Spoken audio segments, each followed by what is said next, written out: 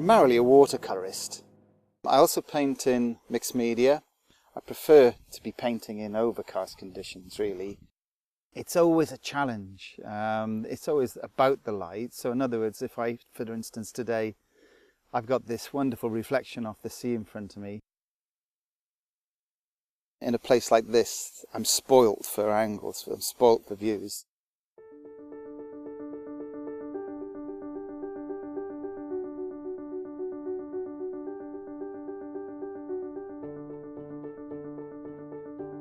Watercolour's got a wonderful way of adding its own.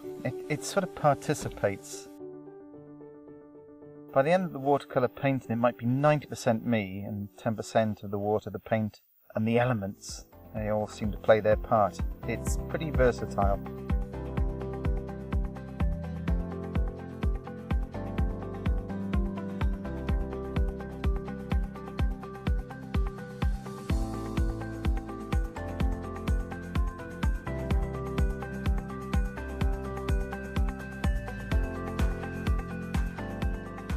I do a weekly watercolour class in Cardiff. It's a 3-hour course.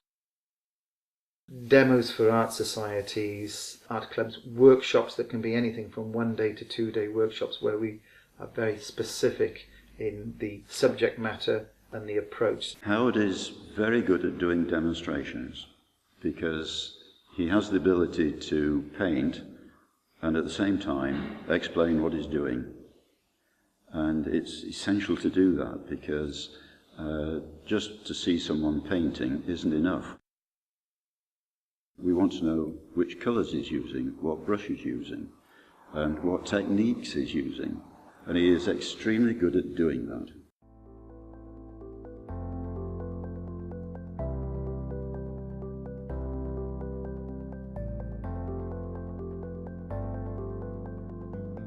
I started coming here at about 18 months ago, and I'd done hardly any painting at all. So I must admit I was slightly apprehensive about coming to a class, not quite knowing what I was letting myself in for. Howard explained that he teaches the loose form of painting, and I didn't know what that meant, but I came anyway. And he made me feel very welcome, and in fact everyone in the class made me feel very welcome. But that was 18 months ago, and I've enjoyed it tremendously ever since. Best piece of advice is never give up on a painting. If you've gone to the trouble of priming a canvas, stretching a piece of watercolour paper, you must see it through to the bitter end. If the first thing you put onto that piece of paper goes wrong, be it a tree, a house, a figure, move on. Don't get precious, because the minute you stop worrying about it being precious, you will start painting better. I currently have working galleries in Cardiff, the Albany Gallery in Albany Roath, Cardiff, the Off the Wall Gallery in Llandaff North, Waterfront Gallery in Milford Haven. There's a gallery in Caerphilly that show my work. It's called E-Gallery. It's in the centre of Caerphilly. It's directly opposite Caerphilly Castle. Beautiful spot with views of the castle. I've just recently finished a one-man show at this gallery. Most of my work was mixed media and watercolour. We're a gallery with a changing programme of exhibitions in work of a wide variety of medium. He's had a solo show recently with us, and is interested to see how his work has developed, and it was very well received.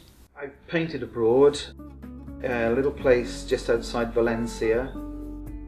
I make fairly regular trips abroad to paint.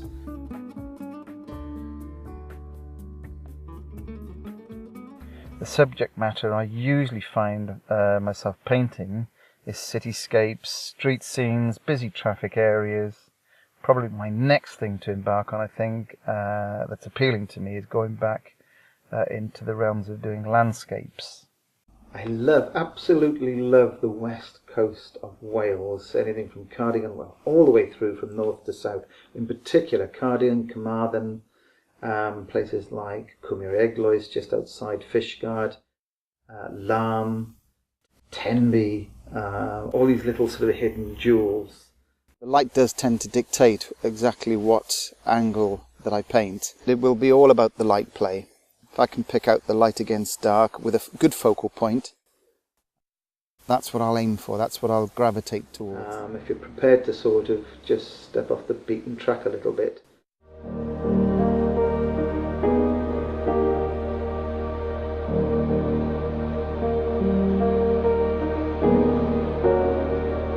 Finding little magic places.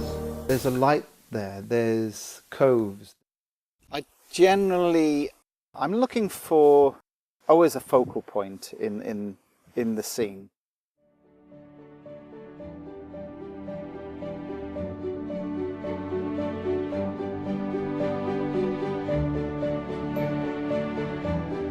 I have a painting, I've called it Coastal Buildings, Llŷn Peninsula.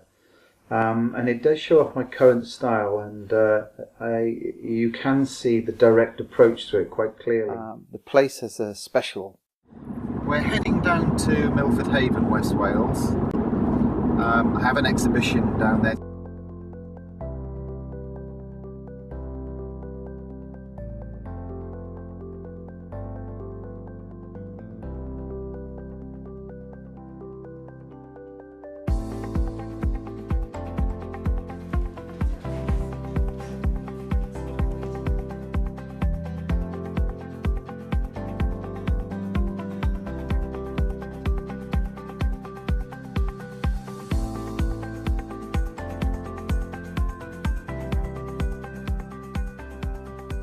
We are now looking at Howard's work. Luckily, he came down today and brought a few extra pictures with him, because when I was hanging the exhibition, people came in and I already showed his work before the exhibition opened. I think my style has changed in the last few years, particularly in terms of brushwork. It has changed in the sense that I reduced my brushwork. I try to keep my paintings looking fresh.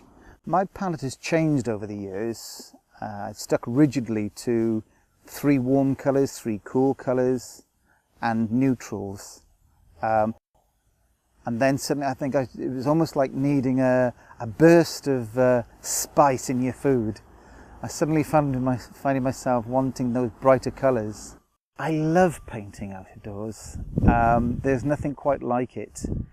Photographs help, but the working out of doors enables you to get back to your studio and just bring back those sounds and smells, the things that a photograph can't do.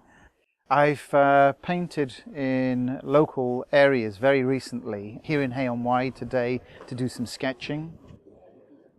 I'm always looking for a story in my work, I suppose, and the story usually comes from the effects that human beings have had on the land, whether it's furrowed fields, dilapidated buildings. It's that human element I'm looking for. I'm looking for light play, particularly if it's a flat land. I'm looking for that burst of cloud, or burst of light happening on the land. If it's incredibly flat, I look for trees for the juxtaposition, and that's how I get my movement in my work. My painting of the Royal Academy in London, the building, I just saw this as an exciting building with the light play. I did a series of Welsh cottages. These are old farm buildings, most of them, around the Elan Valley, which is an area of mid-Wales. I think the things that have moved me on as an individual are probably my appreciation for a particular type of art, and that is the art of the Impressionists, the minimalist effort, if you like, for the maximum effect, and that's what I strive for.